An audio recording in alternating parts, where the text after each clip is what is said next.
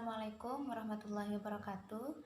Saya Islahia NPM 192211137.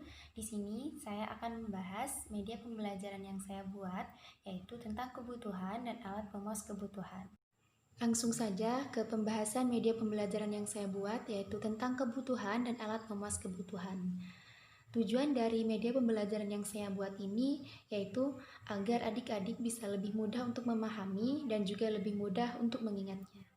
Sekarang kita bahas mengenai kebutuhan. Kebutuhan adalah hasrat yang timbul dalam diri manusia yang jika tidak terpenuhi dapat mempengaruhi kelangsungan hidupnya. Misalnya, kita membutuhkan pada makanan. Sedangkan keinginan adalah hasrat yang timbul dalam diri manusia yang jika tidak terpenuhi tidak mempengaruhi kelangsungan hidupnya. Misalnya nih, kita sudah punya pakaian untuk dipakai sehari-hari, tetapi kita menginginkan pakaian baru. Ini namanya keinginan. Jadi adik-adik harus bisa membedakan antara kebutuhan dan keinginan.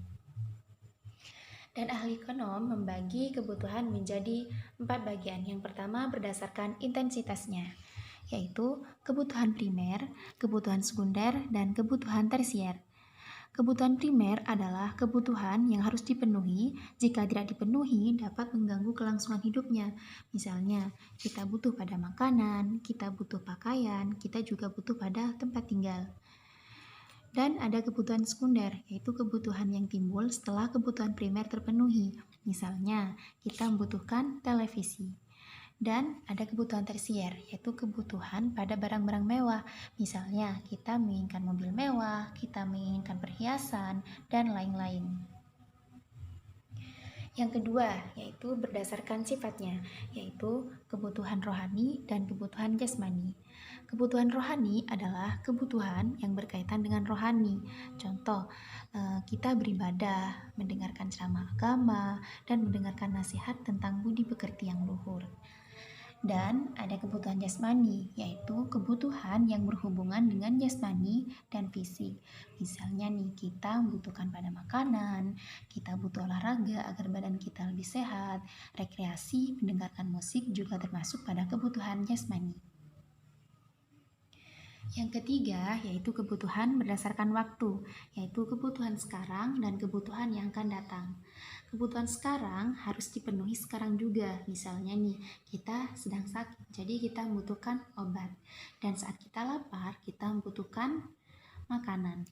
Dan kebutuhan yang akan datang, pemenuhannya dapat dilakukan di masa yang akan datang, misalnya tabungan.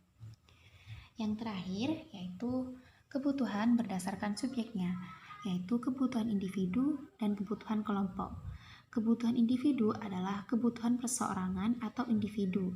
Misalnya, siswa yang membutuhkan alat tulis, petani yang membutuhkan cangkul. Jadi, kebutuhan ini berdasarkan individu masing-masing. Dan ada kebutuhan kelompok, yaitu kebutuhan bersama dalam suatu masyarakat dan dimanfaatkan untuk kepentingan bersama. Misalnya, jalan raya, jembatan, sekolah, rumah sakit, dan lain-lain. Selanjutnya yaitu alat pemuas kebutuhan.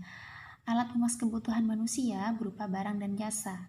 Barang adalah alat pemuas kebutuhan manusia yang berwujud serta dapat dilihat ataupun diraba.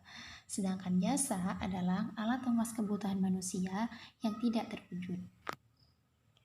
Sekian dari pembahasan media pembelajaran yang saya buat, kurang lebihnya mohon maaf. Wassalamualaikum warahmatullahi wabarakatuh.